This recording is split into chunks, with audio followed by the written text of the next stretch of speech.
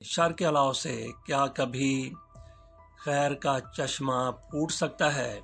आज हम इसी पर गुफ्तगू करते हैं। सदर ट्रंप का कहना है कि जंगों के बाद ही अमन कायम होता है, मगर सवाल यह है कि किस कीमत पर? क्या हिरोशिमा और नागासाकी के जलते जिस्मों, झुलसे हुए बच्चों और राख में बदलते इंसानों से अमन कायम हुआ था? अमन का चश्मा फूटा था, या वो सिर्फ एक खामोश कब्रिस्तान था जहां जिंदगी हमेशा के लिए सिसक सिसक कर दम तोड़ गई थी? अमरीकी सदर की यह गुफ्तगू एक अजब फ़लसफ़े की आईनादार है। जंग करो, तबाही मचाओ, फिर मुज़ाकरात करो और उसे अमन का नाम दे दो।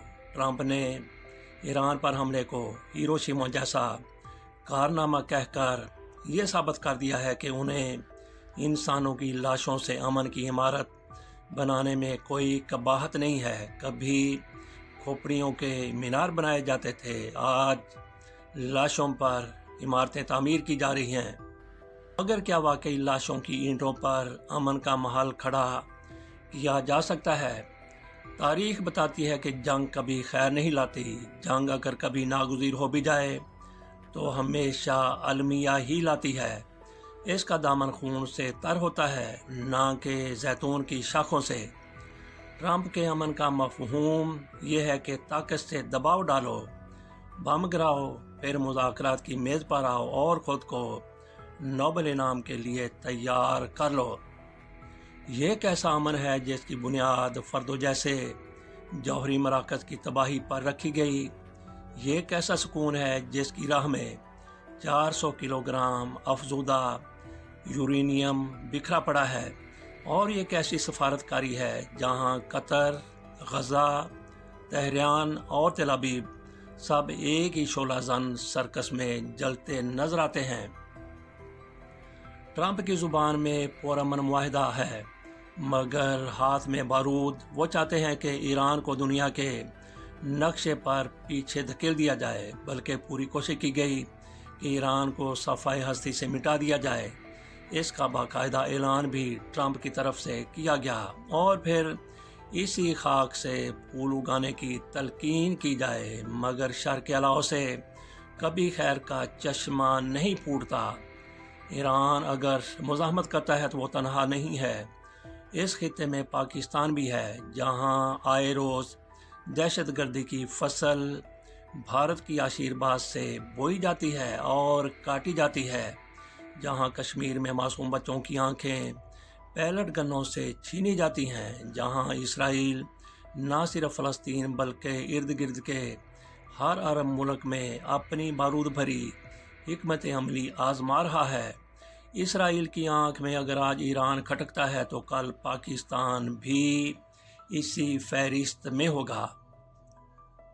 अफसोसनाक बात यह है कि आलमी बरादरी सिर्फ अक़वाम मुत्तहिदा के इजलासों में मज़म्मती बयान देती है, जबकि अमलन इन ताकतों की पुश्त पर खड़ी नज़र आती है, जो अमन के नाम पर ज़मीन को जहन्नम बनाने पर तुली हुई है।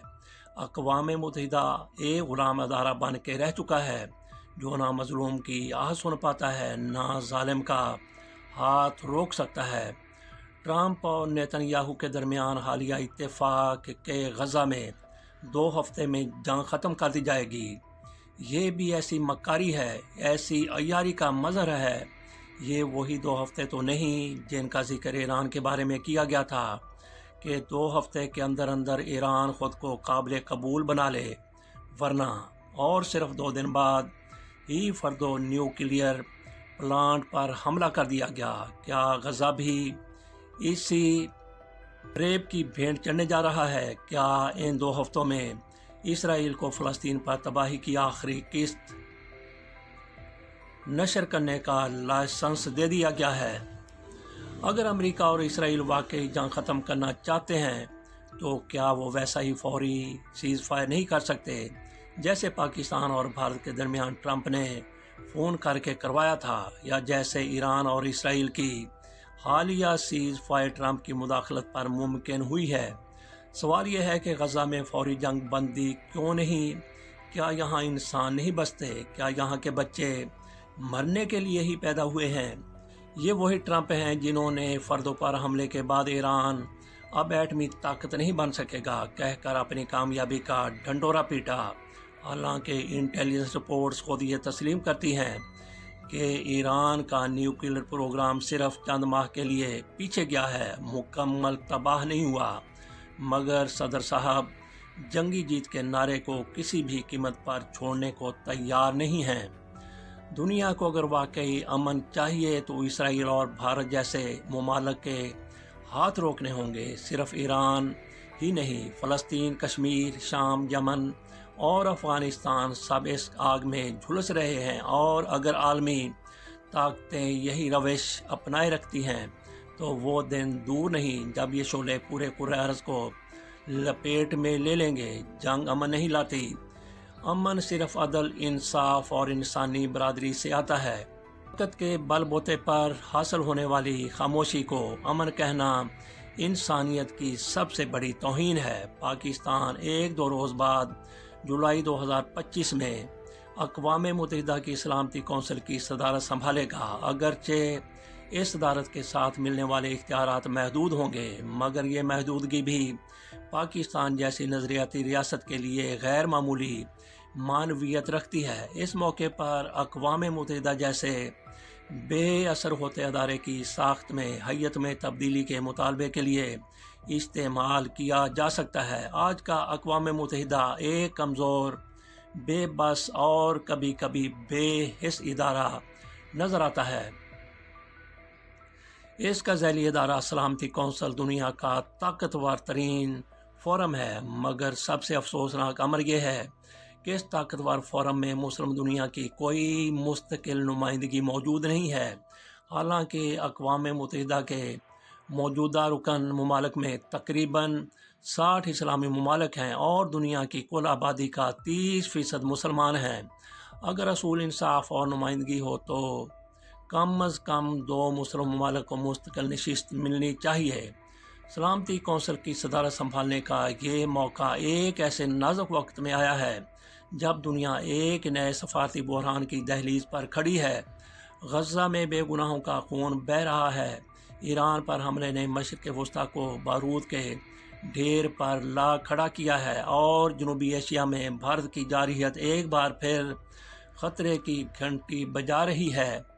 ऐसे में पाकिस्तान का ये किरदार सिर्फ नुमाइशी नहीं बल्कि पायदार सफारती मौका है। एक ऐसा मौका जहां वो न सिर्फ मजलूमों की आवाज़ बन सकता है बल्कि आलमी ज़मीर को झंझोड़ने की सही भी कर सकता है।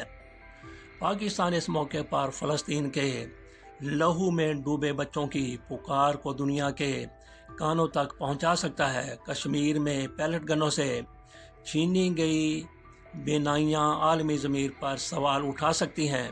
बलूचिस्तान में जारी दहशतगर्दी और बैरूनी मुदाखलत को बेनकाब किया जा सकता है और इस्लामोफोबिया जैसे जहर को अक़वाम आलम के सामने लाया जा सकता है। सलामती कौंसिल की सदारत पाकिस्तान को ये इख्तियार देती है कि वो एजेंडा तरतीब दे, इजलास बुलाए, मुबाहस को समत दे और सबसे बढ़कर आलमी मुकालमे को हकीकत से रोशनास कराए। पाकिस्तान को चाहिए कि यह मौका रस्मी कार्रवाइयों तक महदूद न रखा जाए बल्कि इसे एक फ़आल, जुर्रतमंद और मुअस्सर सफारती महाज के तौर पर इस्तेमाल में लाया जाए।